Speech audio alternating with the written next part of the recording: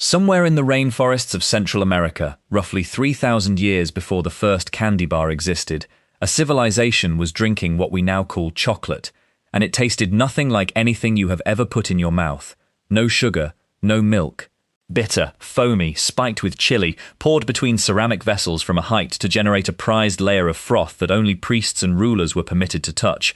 This was not a treat. This was a controlled substance with a mythology around it. The story of how that sacred jungle drink became the most universally craved food product on the planet, worth over $130 billion annually, wrapped in foil and sold next to the cash register at every gas station on Earth, is one of the strangest industrial transformations in human history.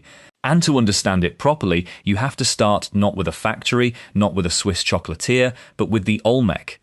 The Olmec civilization emerged in the tropical lowlands along the Gulf of Mexico around 1,500 years before the Common Era. They are the ones who carved those enormous stone heads that stare out of history textbook photos, and somewhere in the shaded understory of their rainforest territory, cacao trees grew wild. The Olmec made a discovery that would echo forward 3,000 years. They found that if you fermented the pulp surrounding cacao seeds, then dried, roasted, and ground those seeds into a paste, you produced a substance unlike anything else that existed in nature. Pottery residue from sites in Honduras and Belize confirms it. Traces of cacao compounds in ceramic vessels dating back over 3,000 years. To the Olmec, this was not a snack. This was cosmological. When the Olmec civilization eventually declined, the knowledge didn't vanish with it. It transferred, directly, deliberately, to the Maya. And the Maya took what the Olmec had discovered and built an entire worldview around it.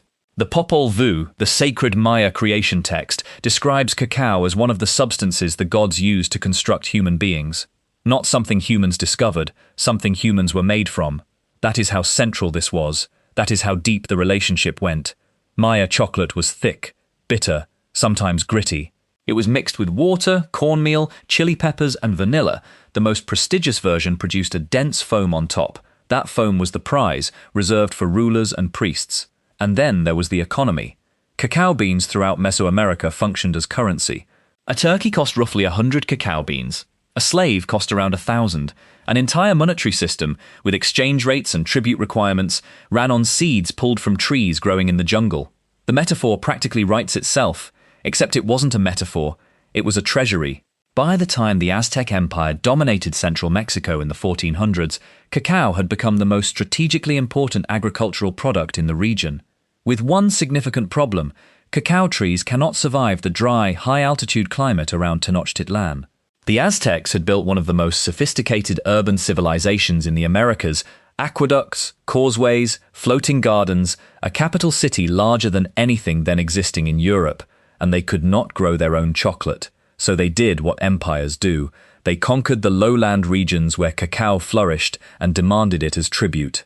Estimates suggest the Aztec Empire extracted nearly 200 loads of cacao per year from subjugated provinces, each load weighing roughly 50 pounds. Emperor Montezuma II reportedly drank 50 cups of the Aztec version daily, served in golden vessels.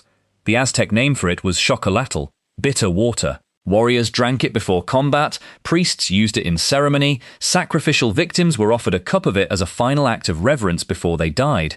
This is the thing that gets lost in the modern version of the story. Chocolate, for the first 2,800 years of its documented existence, was not a comfort. It was charged with power, danger, and divinity. It was something you consumed at the edges of ordinary experience, before war, before prayer, before death. Then, in 1519, Hernán Cortés arrived on the coast of Mexico with 500 soldiers and changed everything. When Cortés and his men first tasted chocolatl in the Aztec court, the Spanish response was approximately what you would expect from people encountering a cold, bitter, aggressively spiced drink they had no cultural context for. One early account described it as more fit for pigs than men. But Cortés noticed something the taste testers missed. Cacao beans were currency. And if you controlled the currency of an empire, you controlled the empire. After the fall of the Aztec state in 1521, cacao began moving across the Atlantic towards Spain. And somewhere in the colonial convents of Guatemala or Mexico, the historical record is frustratingly unclear on exactly who. Someone altered the recipe. They added sugar, they added cinnamon, they served it warm, and the bitter warrior drink became something that would addict a continent. Spain held the modified recipe as a closely guarded secret for nearly a century. While the rest of Europe continued in complete ignorance, the Spanish aristocracy was quietly consuming this new luxury in private. The secret broke by the early 1600s, and when chocolate spread to Italy, France, and England, European elites responded with a hunger that bordered on irrational. The French court under Louis XIV became particular enthusiasts. His queen, Maria Theresa of Spain, drank it multiple times daily. The court followed. Hot chocolate became the fashionable signifier of wealth and taste in Versailles, which meant that within a generation, everyone who wanted to signal wealth and taste in Europe needed access to it. In 1657, the first chocolate house opened in London. These were not cafes in any modern sense. They were exclusive gathering establishments for the wealthy, the politically connected, and the commercially powerful. You went to conduct business, build alliances, and consume cup after cup of sweetened hot chocolate while the world's major decisions were being made around you. Samuel Pepys wrote about them in his diaries with barely restrained enthusiasm. White's, which opened in 1693 as a hot chocolate shop, eventually became one of the most exclusive private members' clubs in the world. It is still operating today.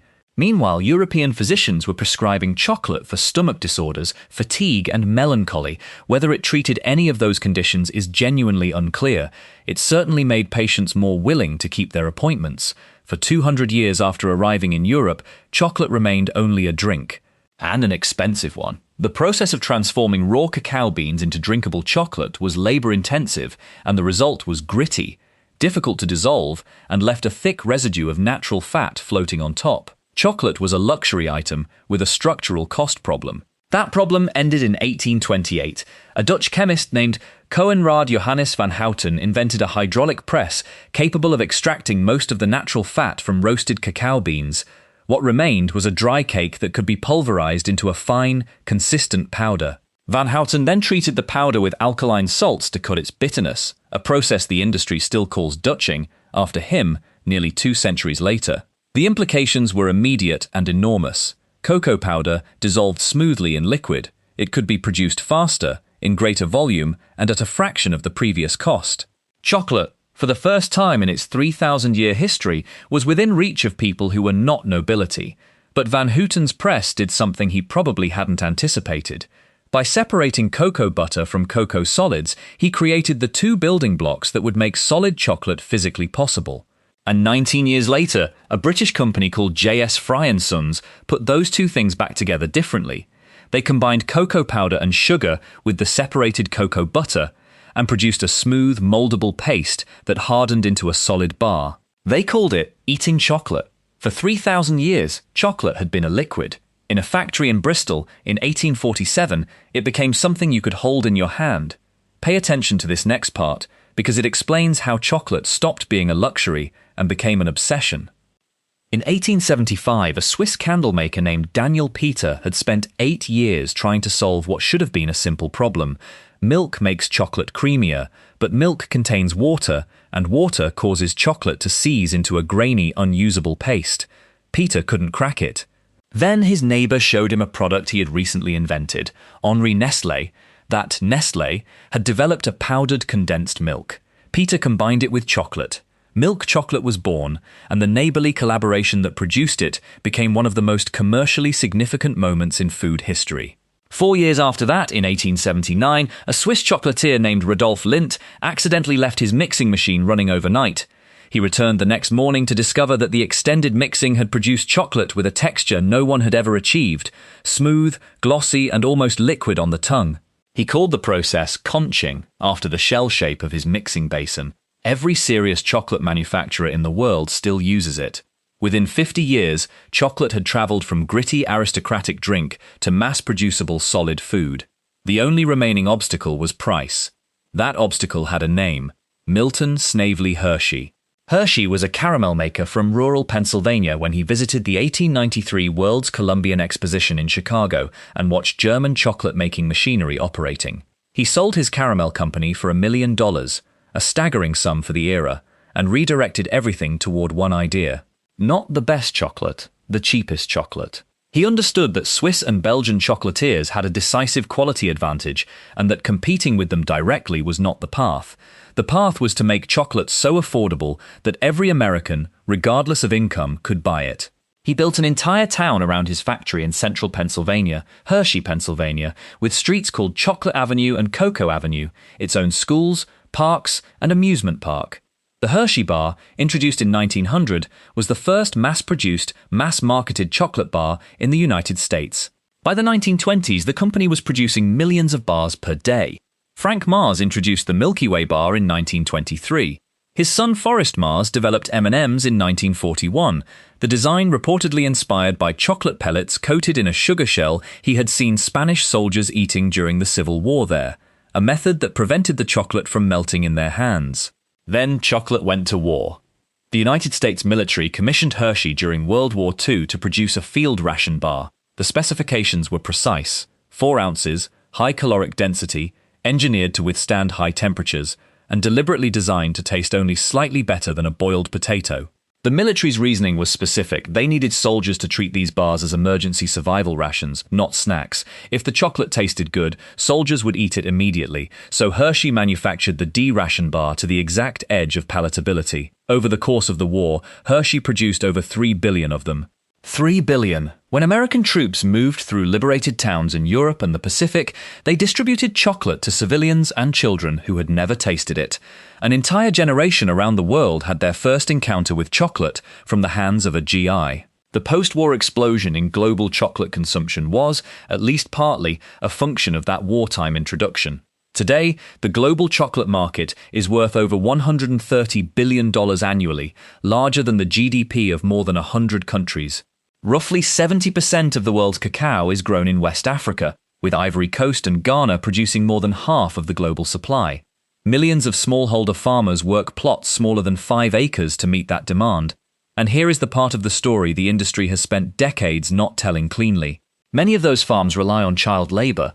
Research organizations working in West Africa have documented over 1 million children working in hazardous conditions on cacao farms in Ivory Coast and Ghana, children as young as 5, using machetes, carrying loads that exceed what their bodies are built for, exposed to agricultural chemicals without protection.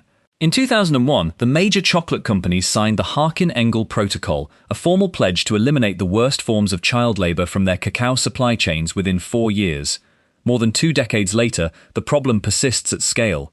The arithmetic of this is something you have to sit with. A product that generates more revenue annually than the entire economy of over 100 nations depends on a supply chain where the people growing the raw ingredient frequently cannot afford to buy the finished product. The average cacao farmer in Ivory Coast earns less than $1 a day. A standard chocolate bar in an American convenience store costs more than that farmer makes in a day's work. That tension is driving something genuinely interesting in the modern food world. Over the past 15 years, a movement called bean to bar has changed how serious chocolate buyers think about what they're purchasing. Small craft manufacturers are sourcing cacao directly from specific farms, paying prices well above commodity market rates, and producing chocolate with a complexity of flavor that most mass-market bars don't attempt. These makers treat cacao the way winemakers treat specific vineyard plots. A single-origin bar made from cacao grown in Madagascar has a different flavor profile from one produced with beans from Ecuador, from Vietnam, from Peru. The differences are not subtle. The range of tasting notes available in fine cacao, bright citrus, red berries, tobacco, leather, dried fruit, floral compounds, is as wide as the range in wine.